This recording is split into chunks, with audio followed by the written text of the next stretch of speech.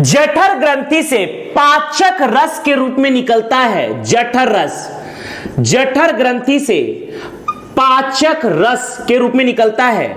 जठर रस, जठर रस।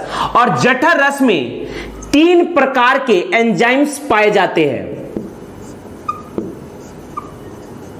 जठर रस में 3 प्रकार के एंजाइम्स पाए जाते हैं। पहला है पेप्सिन, दूसरा है रेनिन, पेप्सिन, रेनिन, और एक है म्यूसिन। पेप्सिन, रेनिन और म्यूसिन, ध्यान दीजिएगा। पेप्सिन, रेनिन और म्यूसिन आमाशय या पेट या स्टमक के आंतरिक दीवारों में पाया जाता है जठर ग्रंथि, गैस्ट्रिक ग्लैंड। गैस्ट्रिक ग्लैंड से निकलता है जठर रस। जठर रस में 3 प्रकार के एंजाइम्स पाए जाते हैं, पेप्सिन, रेनिन और म्यूसिन, ध्यान दीजिएगा। साथ ही साथ ये आपका स्टमक, स्टमक के आंतरिक दीवारों में पाए जाते हैं ऑक्सेंटिक कोशिकाएं। इसके आंतरिक दीवारों में पाया जाता है ऑक्सेंटिक कोशिकाएं। स्टमक के आंतरिक दीवारों में पाया जाता है ऑक्सेंटिक कोशिकाएं, ध्यान दीजिएगा। अर्थात पहला पाया जाता है जठर ग्रंथि और साथ ही साथ स्टमक के आंतरिक दीवारों में पाया जाता है ऑक्सेंटिक कोशिकाएं, ऑक्सेंटिक कोशिकाएं, ऑक्सेंटिक सेल्स, ध्यान दीजिएगा। ऑक्सेंटिक कोशिकाएं, यहां पाया जाता है ऑक्सेंटिक कोशिकाएं। स्टमक के आंतरिक दीवारों में जठर रस के साथ साथ, यहां पर जठर ग्रंथि के साथ साथ ऑक्सेंटिक कोशिकाएं पाई जाती है। जठर ग्रंथि, गैस्ट्रिक ग्लैंड से निकलता है जठर रस। अर्थात इसमें जठर रस में 3 प्रकार के एंजाइम्स होते हैं, पेप्सिन, रेनिन और म्यूसिन। साथ ही साथ अमाशय या पेट के आंतरिक दीवारों में पाया जाता है ऑक्सेंटिक कोशिकाएं, ध्यान दीजिएगा। ऑक्सेंटिक कोशिकाएं स्रावित करती है हाइड्रोजन क्लोराइड। जिस प्रकार से यहां पर जठर ग्रंथि स्रावित करती है जठर रस, जिसमें पाए जाते हैं 3 एंजाइम, पेप्सिन, रेनिन, म्यूसिन, इसी प्रकार से ऑक्सेंटिक कोशिकाएं हाइड्रोजन क्लोराइड, जो कि एक अम्ल होता है, इसे स्रावित करती है। एक अम्ल हाइड्रोजन क्लोराइड स्रावित करती है। हाइड्रोजन क्लोराइड का कार्य है, हाइड्रोजन क्लोराइड के 2 मुख्य कार्य है। पहला, भोजन में जो भी कीटाणु या जीवाणु पाए जाते हैं इनका विनाश करना, अर्थात जीवाणुओं का विनाश, जीवाणुओं का विनाश। जैसा कि हम देख रहे हैं कि यहां पर लार ग्रंथि से निकलता है लाइसोजाइम, यह भी करता है जीवाणुओं का विनाश। इसी प्रकार से ऑक्सेंटिक कोशिकाएं से, स्टमक के ऑक्सेंटिक कोशिकाएं से निकलती है हाइड्रोजन क्लोराइड, जो कि अम्ल होता है, यह करता है जीवाणुओं का विनाश। हाइड्रोजन क्लोराइड का दूसरा मुख्य कार्य होता है, हाइड्रोजन क्लोराइड का दूसरा मुख्य कार्य होता है पेप्सिन और रेनिन की प्रक्रिया को तीव्र बनाना। पेप्सिन और रेनिन, पेप्सिन व रेनिन की प्रक्रिया में सहायक, की प्रक्रिया में सहायक, अर्थात पेप्सिन और रेनिन की प्रक्रिया को तेज करने में हाइड्रोजन क्लोराइड का एक महत्वपूर्ण भूमिका होती है। और साथ ही साथ भोजन में जो भी जीवाणु पाए जाते हैं उनका यह विनाश करती है। अब हम डिस्कस करने जा रहे हैं कि जठर ग्रंथि से जो निकलता है जठर रस, इसमें 3 प्रकार के एंजाइम्स पाए जाते हैं, पेप्सिन, रेनिन और म्यूसिन। इनका क्या काम है, ध्यान दीजिएगा। पेप्सिन करता है प्रोटीन का पाचन, पेप्सिन करता है प्रोटीन का पाचन, अर्थात प्रोटीन का पाचन करने वाला पहला अंग होता है स्टमक। स्टमक में पाया जाता है जठर ग्रंथि। प्रोटीन का पाचन, जैसे कार्बोहाइड्रेट का पाचन सबसे पहले करता है लार ग्रंथि से निकला हुआ टाइलिन एंजाइम, इसी प्रकार से प्रोटीन का पाचन सबसे पहले करना प्रारंभ करता है अमाशय के जठर ग्रंथि से निकला हुआ जठर रस में पाया जाने वाला पेप्सिन एंजाइम्स। यहां पर प्रोटीन का पूर्ण पाचन नहीं होता है। यहां पर प्रोटीन का पूर्ण पाचन तभी माना जाएगा जब प्रोटीन अंततः कन्वर्ट होगा अमीनो अम्ल में। जैसे कि कार्बोहाइड्रेट का पूर्ण पाचन तभी माना जाएगा जब कार्बोहाइड्रेट का कोई भी फॉर्म हो वो जटिल से सरल अर्थात ग्लूकोज में कन्वर्ट हो जाए। इसी प्रकार से प्रोटीन का पूर्ण पाचन तभी माना जाएगा जब ये अमीनो अम्ल में कन्वर्ट हो जाए। लेकिन यहां पर पेप्सिन के द्वारा प्रोटीन कन्वर्ट होता है पेप्टॉन में, प्रोटीन जटिल अणु से कन्वर्ट होता है सरल अणु पेप्टॉन में। अंततः जब यह पेप्टॉन कन्वर्ट हो जाएगा अमीनो अम्ल में तो प्रोटीन का पूर्ण पाचन माना जाएगा। लेकिन यहां पर प्रोटीन का पाचन होना प्रारंभ हो जाता है, अर्थात प्रोटीन के पाचन में यहां पर प्रोटीन कन्वर्ट होता है प्रोटीन से पेप्टॉन में। अंततः कह सकते हैं हम कि अभी प्रोटीन का पूर्ण पाचन नहीं हुआ है। ये रेनिन का मुख्य कार्य होता है कि ये दूध को पचाकर दही बनाती है। रेनिन का मुख्य कार्य होता है दूध का दही में कन्वर्जन।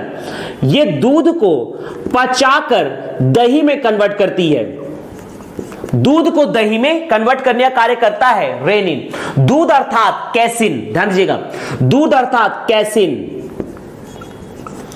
दूध अर्थात कैसिन को यह कन्वर्ट करती है दही अर्थात कैल्शियम कैसिनेट में, कैल्शियम कैसिनेट में। ध्यान दीजिएगा, रेनिन का मुख्य कार्य होता है दूध को दही में कन्वर्ट करना, अर्थात कैसिन को कैल्शियम कैसिनेट में कन्वर्ट करना। हमने देखा है कि जब छोटे बच्चे दूध पीते हैं, अर्थात दूध पीने वाले जो बच्चे होते हैं वो पीते हैं मां का दूध, लेकिन जब वो उल्टी करते हैं तो वो दही उल्टी करते हैं। ध्यान दीजिएगा, अर्थात बच्चों के द्वारा दूध पिया गया और दूध आकर आ जाता है स्टमक में, स्टमक में पाया जाता है जठर ग्रंथि, उससे निकलता है जठर रस। जठर रस में 3 एंजाइम पाए जाते हैं, इसमें से एक एंजाइम है रेनिन। रेनिन करता है बच्चों के द्वारा पिए गए दूध को यह कन्वर्ट करता है और बना देता है दूध को दही में, अर्थात दूध अर्थात कैसिन को यह कन्वर्ट करता है कैल्शियम कैसिनेट में। इसीलिए बच्चे जब उल्टी करते हैं तो वो उल्टी करते हैं दही, जो कि कन्वर्ट हो चुका है दूध दही में, अर्थात कैसिन को यह कन्वर्ट करता है कैल्शियम कैसिनेट अर्थात दही में। ध्यान दीजिएगा, अगला है आपका म्यूसिन। म्यूसिन क्षारीय प्रकृति का होता है, म्यूसिन से निकलता है म्यूसिन से निकलता है म्यूकस। ध्यान दीजिएगा, ये म्यूसिन जो कि क्षारीय प्रकृति का होता है, म्यूसिन क्षारीय प्रकृति का होता है, म्यूसिन क्षारीय प्रकृति का होता है। ध्यान दीजिएगा, म्यूसिन मुख्य रूप से म्यूकस ग्रंथि से निकलता है। यहां पर अमाशय में भी आंतरिक दीवारों में पाया जाता है म्यूकस, तो म्यूकस से निकलता है म्यूसिन। म्यूसिन मुख्य रूप से एक लेयर तैयार करता है, स्टमक के अंदर एक परत तैयार करता है, लेयर तैयार करता है, क्योंकि हाइड्रोजन क्लोराइड जो कि अम्लीय प्रकृति का होता है और यह यदि स्टमक के संपर्क में डायरेक्टली आ जाएगा तो स्टमक की दीवार को यह क्षतिग्रस्त कर देगा। इसीलिए म्यूसिन जो कि क्षारीय प्रकृति का होता है, यह हाइड्रोजन क्लोराइड एक लेयर बनाता है, म्यूसिन एक लेयर तैयार करता है और म्यूसिन के लेयर जो कि क्षारीय प्रकृति का होता है, यह हाइड्रोजन क्लोराइड की जो कि क्षतिग्रस्त करने की प्रकृति होती है स्टमक को, उसे समाप्त कर देता है। तो इस प्रकार से म्यूसिन हाइड्रोजन क्लोराइड से अमाशय की रक्षा करता है, अमाशय की रक्षा करता है, अमाशय की दीवारों की रक्षा करता है। म्यूसिन मुख्य रूप से निकलता है म्यूकस ग्लैंड से, अर्थात स्टमक के आंतरिक दीवारों में पाया जाता है म्यूकस ग्लैंड, जो कि भाग होता है जठर ग्रंथि का ही भाग होता है। तो म्यूकस ग्लैंड से निकलता है म्यूसिन, और म्यूसिन जो कि क्षारीय प्रकृति का होता है, यह हाइड्रोजन क्लोराइड के प्रभाव से अमाशय की रक्षा करता है। और हाइड्रोजन क्लोराइड जो कि निकलता है ऑक्सेंटिक कोशिकाओं से, यह जीवाणुओं को विनाश करता है तथा पेप्सिन और रेनिन की प्रक्रिया को तेज बनाता है। इसके बाद हम डिस्कस करने जा रहे हैं कि यह आपका है स्टमक, अमाशय से भोजन जो कि अप ट्रैवल करते हुए आएगा छोटी आंत स्मॉल इंटेस्टाइन के अग्रभाग ग्रहणी अर्थात डियोडेनम में। ध्यान दीजिएगा,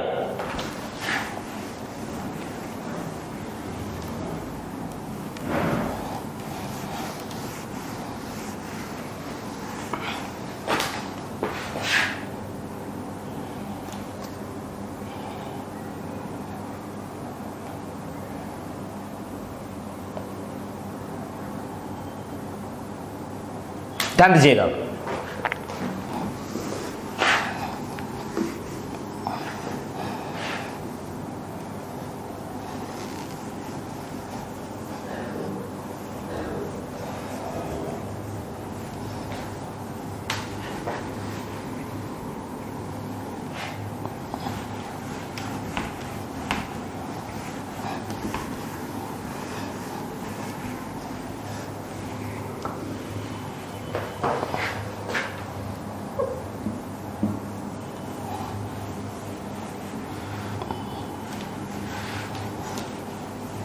देखिए यहां से जैसा कि हम जानते हैं स्टमक या अमाशय में भोजन 4 घंटे तक स्टे करता है। इसके बाद यहां पर हमें पाए जाते हैं जठर ग्रंथि। स्टमक के आंतरिक दीवार में पाए जाते हैं जठर ग्रंथि, जहां से निकलता है जठर रस, जिसमें 3 प्रकार के एंजाइम्स पाए जाते हैं, पेप्सिन, रेनिन और म्यूसिन। पेप्सिन करता है प्रोटीन का पाचन, प्रोटीन को पेप्टॉन में कन्वर्ट करता है। रेनिन करता है दूध को दही में परिवर्तित, कैसिन को कैसिनेट में कन्वर्ट करता है। और तीसरा होता है म्यूसिन। म्यूसिन निकलता है म्यूकस से, जो कि जठर ग्रंथि का ही एक भाग होता है। म्यूसिन की प्रकृति होती है क्षारीय प्रकृति की। यह हाइड्रोजन क्लोराइड से अमाशय की दीवार की रक्षा करता है, क्योंकि यह म्यूसिन एक लेयर फॉर्म करता है स्टमक के आंतरिक दीवारों में। अगला है यहां पर ऑक्सेंटिक कोशिकाएं। ऑक्सेंटिक कोशिकाओं से निकलता है हाइड्रोजन क्लोराइड, जो जीवाणुओं का विनाश करता है और साथ ही साथ पेप्सिन तथा रेनिन की प्रक्रिया को तेज करता है। इसके बाद यहां से अल्प अर्धपचित भोजन ट्रैवल करते हुए छोटी आंत के अग्रभाग डियोडेनम में पहुंचती है। ध्यान दीजिएगा, यह है डियोडेनम, यह आपका पकड़ना है डियोडेनम। ध्यान दीजिएगा, यह है डियोडेनम। डियोडेनम यह आपका है ग्रहणी डियोडेनम।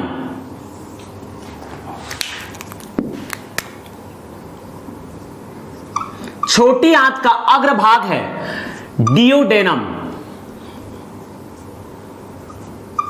और छोटी आंत का पिछला भाग कहलाता है, यह है इलियम। इलियम की लंबाई होती है 5.5 मीटर से 6 मीटर तक और डियोडेनम की लंबाई होती है महज 20 सेंटीमीटर। डियोडेनम के आंतरिक दीवार में किसी भी प्रकार की पाचक ग्रंथियां नहीं पाई जाती है। डियोडेनम का सिर्फ और सिर्फ काम होता है यकृत से बनता है पित्तरस। पित्तरस जाकर स्टोर होता है गाल ब्लेडर में और गाल ब्लेडर से पित्तरस आता है और यह है अग्नाशय। अग्नाशय बनाता है अग्नाशय रस। तो इस प्रकार से पित्तरस तथा अग्नाशय रस दोनों सामूहिक रूप में आकर मिलते हैं भोजन से डियोडेनम में। तो डियोडेनम भोजन, पित्तरस तथा अग्नाशय रस इन तीनों को मिलाने के लिए एक स्पेस प्रोवाइड करता है। ध्यान दीजिएगा, डियोडेनम की लंबाई होती है महज 20 सेंटीमीटर। यहां पर अगला हम डिस्कस करने जा रहे हैं। सबसे पहले यहां पर हमने डिस्कस किया कि अमाशय से भोजन आया है डियोडेनम में। यह आपका है यकृत, यह है यकृत या लीवर, यह है यकृत या लीवर। यकृत या कलेजा या जिगर अर्थात लीवर, यह है मानव शरीर की सबसे बड़ी पाचक ग्रंथि। यह है मानव शरीर की सबसे बड़ी पाचक ग्रंथि। मानव शरीर की सबसे बड़ी पाचक ग्रंथि, यह है मानव शरीर की सबसे बड़ी पाचक ग्रंथि। मानव शरीर की सबसे बड़ी पाचक ग्रंथि है यकृत, कलेजा, जिगर या लीवर। यकृत बनाता है, यकृत स्रावित करता है, यकृत से स्रावण होता है पित्त रस का अर्थात बाइल का। पित्त रस या बाइल निकल स्रावित करता है यकृत। यकृत से निकलता है पित्त रस और यह पित्त रस जाकर स्टोर हो जाता है गाल ब्लेडर में। यह है गाल ब्लेडर, यकृत से ही जुड़ा होता है गाल ब्लेडर। यह आपका है गाल ब्लेडर। ध्यान दीजिएगा, यह है गाल ब्लेडर। पित्ताशय, पित्ताशय का काम होता है पित्त रस को एकत्रित करना। गाल ब्लेडर का काम होता है पित्त रस को एकत्रित करना। गाल ब्लेडर का काम होता है पित्त रस को एकत्रित करना। ध्यान दीजिएगा, अर्थात यह संग्रहण करता है पित्त रस का, बाइल का यह संग्रहण करता है। ध्यान दीजिएगा, यहां पर इसे कहा जाता है पित्ताशय यह यकृत कह सकते हैं, इसको जोड़ता है एक संयुक्त नलिका से, अग्नाशय की एक संयुक्त नलिका से। इस नली को कहा जाता है बाइल डक्ट, जो पित्ताशय से पित्त रस को लेकर जाता है, यह कहलाता है बाइल डक्ट, यह कहलाता है बाइल डक्ट। ध्यान दीजिएगा, इस नली को कहा जाता है बाइल डक्ट, इस नली को कहा जाता है बाइल डक्ट। पित्त वाहिनी, पित्त वाहिनी या बाइल डक्ट। ध्यान दीजिएगा, अब आगे हम बढ़ते हैं। यह जो पित्त रस जिसको बनाने का कार्य करता है यकृत या लीवर, इस पित्त रस के द्वारा वसा का पाचन किया जाता है। ध्यान दीजिएगा, अर्थात यहां से यह पित्त रस यकृत बनाता है, पित्ताशय में जाके स्टोर होता है, गाल ब्लैडर में जाके स्टोर होता है, और इस प्रकार से ये ट्रैवल करते हुए ग्रहणी में आता है, और ग्रहणी में यहां से अमाशय से आ चुका है भोजन। तो इस प्रकार से भोजन से मिलता है पित्तरस, और पित्तरस के द्वारा, इस पित्तरस के द्वारा होता है भोजन में वसा का पाचन, पित्तरस के द्वारा होता है भोजन में वसा का पाचन। ध्यान दीजिएगा, वसा का पूर्ण पाचन नहीं होता है, वसा के पाचन का प्रारंभ होता है, अर्थात यहां पर वसा जो है यह कन्वर्ट होती है इमल्सीकृत, इमल्सीकृत वसा में, अर्थात जल युक्त वसा में, यह कन्वर्ट होता है जल युक्त वसा में। ध्यान दीजिएगा, यह कन्वर्ट हो जाता है जल युक्त वसा में। इसे हम ऐसे समझ सकते हैं, घी जो होता है वो होता है वसा। एक गिलास पानी लीजिए और उसमें घी 1 चम्मच डाल दीजिए, तो घी जो है वो वसा है, और 1 गिलास पानी में जब आप घी को डाल देते हैं तो वसा उसमें तैरता हुआ दिखेगा, इसे ही कहा जाता है जल युक्त वसा, अर्थात इमल्सीकृत वसा। तो इस प्रकार से वसा का पाचन करता है पित्तरस, यकृत से निकलता है पित्तरस जो कि जाके स्टोर होता है पित्ताशय में, और पित्तरस वसा का पाचन करता है, अर्थात यहां पर वसा इमल्सीकृत वसा में कन्वर्ट हो जाता है, जल युक्त वसा में कन्वर्ट हो जाता है। जैसा कि हम जानते हैं वसा का पूर्ण पाचन तभी होगा जब वसा अंततः वसा अम्ल तथा ग्लिसरॉल में कन्वर्ट हो जाए, तभी वसा का पाचन पूर्णतः माना जाएगा। यहां पर वसा का आंशिक पाचन होता है, अर्थात वसा कन्वर्ट होता है इमल्सीकृत वसा, जल युक्त वसा में। ध्यान दीजिएगा, ये जो पित्त रस होता है, ये जो पित्त रस होता है ये क्षारीय प्रकृति का होता है। पित्त रस जो होता है ये क्षारीय प्रकृति का होता है, और इसका पीएच मान होता है 7.7, अर्थात भोजन जो कि अमाशय से आ रहा है वो अम्लीय प्रकृति का है, क्योंकि उसमें मिला हुआ है हाइड्रोजन क्लोराइड। उसका पीएच मान होता है लगभग 3.3 से लेकर 1। ध्यान दीजिएगा, यहां पर ध्यान रखना है कि अमाशय से जो भोज्य पदार्थ आ रहा है, अमाशय से प्राप्त भोज्य पदार्थ, अमाशय से जो भोज्य पदार्थ इस प्रकार से आ रहा है यह अम्लीय प्रकृति का है, यह अम्लीय प्रकृति का है, क्योंकि इसमें मिला हुआ है हाइड्रोजन क्लोराइड। अर्थात इस भोज्य पदार्थ का पीएच मान होता है 3.3 से लेकर, इस भोज्य पदार्थ का पीएच मान होता है 3.3 से लेकर 1 तक। ध्यान दीजिएगा, 1 तक। अब ये भोज्य पदार्थ में मिलता है पित्तरस। जब इस भोज्य पदार्थ में मिलता है पित्तरस, अर्थात हाइड्रोजन क्लोराइड युक्त भोज्य पदार्थ, हाइड्रोजन क्लोराइड युक्त भोज्य पदार्थ जिसका पीएच मान है 3.3 से लेकर 1, इसमें मिलता है पित्त रस। इसका पीएच मान है 7.7। तो इस प्रकार से अब जो भोज्य पदार्थ बनता है यह हो जाता है क्षारीय प्रकृति का भोज्य पदार्थ, यह बन जाता है क्षारीय प्रकृति का भोज्य पदार्थ। ध्यान दीजिएगा, यहां पर अब जो भोज्य पदार्थ प्राप्त होता है पित्त रस मिलने के बाद, अर्थात ग्रहणी में जो अमाशय से भोजन आया है वो अम्लीय प्रकृति का है, लेकिन इसमें जब पित्त रस मिलता है तो यह भोज्य पदार्थ हो जाता है क्षारीय प्रकृति का। ध्यान दीजिएगा, यहां पर सबसे इंपॉर्टेंट बात यह है कि यहां पर जो ये पित्त रस आ रहा है, ये भोजन में मिले हुए जीवाणुओं का विनाश भी करता है, जीवाणुओं का विनाश भी करता है, ये जीवाणुओं का विनाश भी करता है। ध्यान दीजिएगा, हालांकि हम यकृत को और काफी डिटेल से पढ़ेंगे, लेकिन अभी पाचन से संबंधित जो मुख्य बात है मैं यहां पर अभी डिस्कस कर रहा हूं, और जैसे ही हम यकृत को यहां पर पाचन की प्रक्रिया में काफी डिटेल में डिस्कस करेंगे। ध्यान दीजिएगा, अभी हम यहां पर सिर्फ मुख्य बातों को डिस्कस कर रहे हैं कि यहां पर यकृत से निकलता है पित्तरस, जो कि पित्ताशय गाल ब्लैडर में स्टोर होता है, पित्तरस जो कि क्षारीय प्रकृति का होता है और यह भोजन को अम्लीय से क्षारीय बनाता है।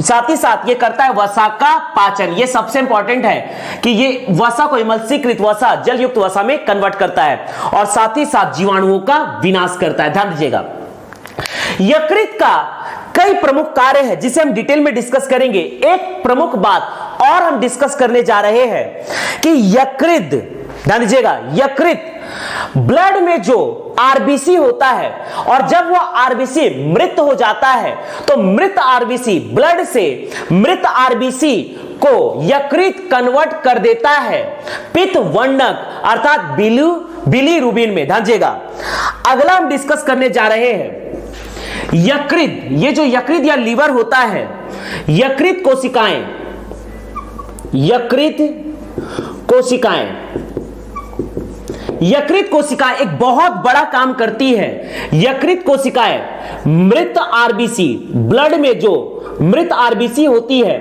इसे कन्वर्ट करती है पित्त वर्णक में, पित्त वर्णक में या बिलीरुबिन में,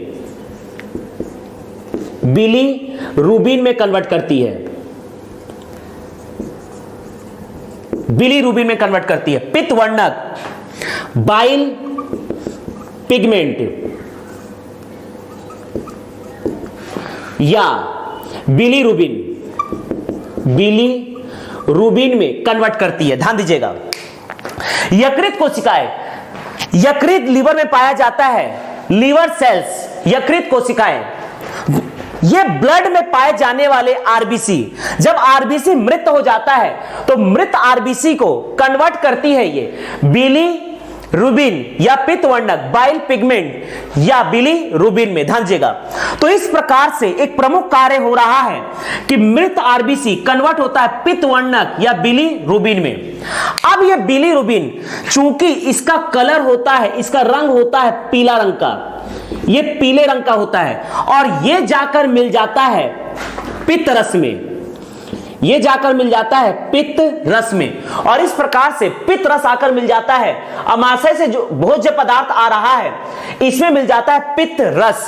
हालांकि पित्त रस का कलर होता है हरा, पित्त रस का कलर होता है हरा, लेकिन अब चूंकि पित्त रस में मिल चुका है पित्त वर्णक या बिलीरुबिन, यकृत कोशिकाएं मृत आरबीसी, ब्लड में पाया जाता है आरबीसी, जब ये मृत हो जाती है तो मृत आरबीसी को यकृत कोशिकाएं कन्वर्ट कर देती है पित्त वर्णक या बिलीरुबिन में, जिसका रंग होता है पीला। यह आकर मिल जाती है पित्त रस में और पित्त में रस मिल जाता है भोज्य पदार्थ में। तो यह भोज्य पदार्थ जब अपचित रूप में हमारे मलाशय से, मल द्वार से बाहर निकलता है तो इसका भी रंग होता है पीला, इसलिए मल का रंग पीला होता है क्योंकि इसमें पाया जाता है पित्त वर्णक। ध्यान दीजिएगा, क्योंकि इसमें पाया जाता है पित्त वर्णक, इसीलिए मल का रंग भी होता है पीला। ध्यान दीजिएगा, मल का रंग भी होता है पीला पित्त वर्णक के कारण। पित्त वर्णक यकृत कोशिकाएं मृत आरबीसी को कन्वर्ट करती है पित्त वर्णक या बिलीरुबिन में, जिसका रंग होता है पीला, और पित्त रस भोज्य पदार्थ में मिलता है अपचित भोज्य पदार्थ जब बाहर निकलता है, मलाशय में एकत्रित होता है, मल द्वारा एनस द्वारा बाहर आता है तो मल का रंग होता है पीला बिलीरुबिन या पित्त वर्णक के कारण। पीलिया या जॉन्डिस, ये जो बीमारी होती है इसके बारे में हम थोड़ा सा समझते हैं। ध्यान दीजिएगा, पीलिया अर्थात जॉन्डिस,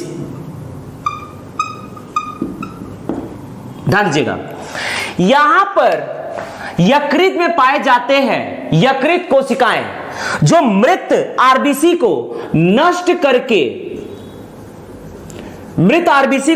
करके ब्लड में होता है आरबीसी। जब ये आरबीसी मृत हो जाते हैं तो मृत आरबीसी को यकृत कोशिकाएं नष्ट करके पित्त वर्णक बिलीरुबिन में कन्वर्ट कर देते हैं, जिसका रंग होता है पीला।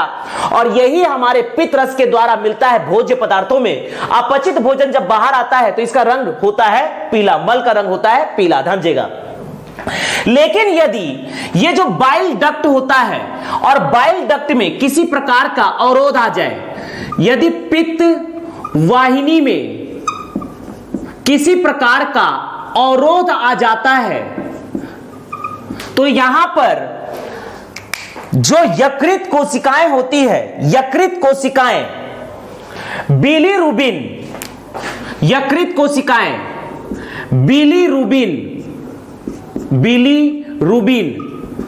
बिलीरुबिन या पित्त वर्णक को यहां पर पित्त रस में नहीं मिलाता है और इस प्रकार से ये हमारे शरीर में फैल जाता है। यही बिलीरुबिन या पित्त वर्णक हमारे शरीर में फैल जाता है, पित्त वर्णक।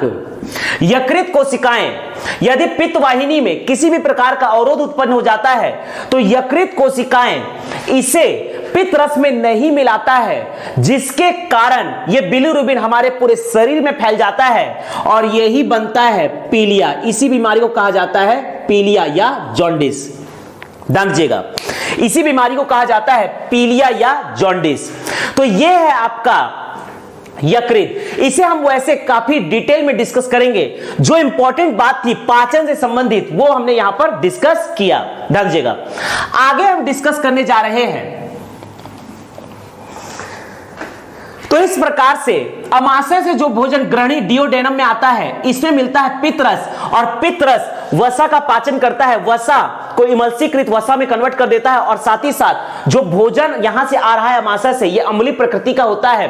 यकृत से आए हुए पित्त रस जो कि क्षारीय प्रकृति का होता है, यह भोजन को अंततः क्षारीय प्रकृति का बना देता है। साथ ही साथ भोजन में उपस्थित जीवाणुओं का विनाश करता है और यकृत कोशिकाएं मृत ब्लड से, जो मृत आरबीसी है, इसे नष्ट करके पित्त वर्णक बनाती है। इसी कारण हमारे मल का रंग पीला होता है। आगे हम डिस्कस करने जा रहे हैं, यह आपका है अग्नाशय, यह है अग्नाशय। आगे हम डिस्कस करने जा रहे हैं अग्नाशय। ध्यान दीजिएगा, आगे हम डिस्कस करने जा रहे हैं अग्नाशय। अग्नाशय या पेनक्रियाज, अग्नाशय या पेनक्रियाज। ध्यान दीजिएगा, अग्नाशय या पेनक्रियाज यह गुलाबी रंग की मानव शरीर की दूसरी सबसे बड़ी पाचक ग्रंथि है। मानव शरीर की सबसे बड़ी पाचक ग्रंथि है यकृत, कलेजा, जिगर या लीवर, और मानव शरीर की गुलाबी रंग की दूसरी सबसे बड़ी पाचक ग्रंथि है अग्नाशय। इसका रंग होता है गुलाबी। गुलाबी रंग का मानव शरीर का दूसरा सबसे बड़ा पाचक ग्रंथि, दूसरा सबसे बड़ा पाचक ग्रंथि, मानव शरीर का दूसरा सबसे बड़ा पाचक ग्रंथि है अग्नाशय। अग्नाशय से निकलता है अग्नाशयी रस, अर्थात यह स्रावित करती है, यहां से श्रावण होता है, यहां से निकलता है अग्नाशय रस या अग्नाशयी रस। ध्यान दीजिएगा, अग्नाशय से निकलता है अग्नाशयी रस, अग्नाशय से निकलता है अग्नाशयी रस, और अग्नाशयी रस में 3 प्रकार के एंजाइम्स पाए जाते हैं। अग्नाशयी रस में 3 प्रकार के एंजाइम्स पाए जाते हैं। ध्यान दीजिएगा, 3 प्रकार के एंजाइम्स पाए जाते हैं। पहला है आपका ट्रिप्सिन, पहला होता है ट्रिप्सिन, दूसरा होता है लाइपेज, दूसरा होता है लाइपेज, और तीसरा होता है एमाइलेज, तीसरा होता है एमाइलेज। ध्यान दीजिएगा, यह जो अग्नाशय है और यह है यकृत या लीवर। अग्नाशय पेनक्रियाज और यकृत लीवर ये दोनों एक संयुक्त नलिका से जुड़ते हुए डियोडेनम या ग्रणी में खुलते हैं। ध्यान दीजिएगा, अग्नाशय होता है गुलाबी रंग का मानव शरीर का दूसरा सबसे बड़ा पाचक ग्रंथि। पेनक्रियाज या अग्नाशय से निकलने वाला पाचक रस होता है अग्नाशयी रस, जो कि एक पाचक रस है। यहां से निकलने वाला पाचक रस होता है अग्नाशयी रस। अग्नाशयी रस में 3 प्रकार के एंजाइम्स पाए जाते हैं, ट्रिप्सिन, लाइपेज और ए माइलेज। ध्यान दीजिएगा, ट्रिप्सिन, लाइपेज और ए माइलेज। ट्रिप्सिन करता है प्रोटीन का पाचन, ट्रिप्सिन करता है प्रोटीन का पाचन, ट्रिप्सिन करता है प्रोटीन का पाचन। अर्थात ध्यान दीजिएगा, यहां पर अभी हमने डिस्कस किया था, आमाशय में पाए जाते हैं, आमाशय के आंतरिक दीवारों में पाए जाते हैं जठर ग्रंथि, गैस्ट्रिक ग्लैंड। गैस्ट्रिक ग्लैंड में 3 प्रकार के एंजाइम्स पाए जाते हैं, pepsin, rennin, mucin. Pepsin protein का पाचन करता है और प्रोटीन को कन्वर्ट कर देता है पेप्टोन में।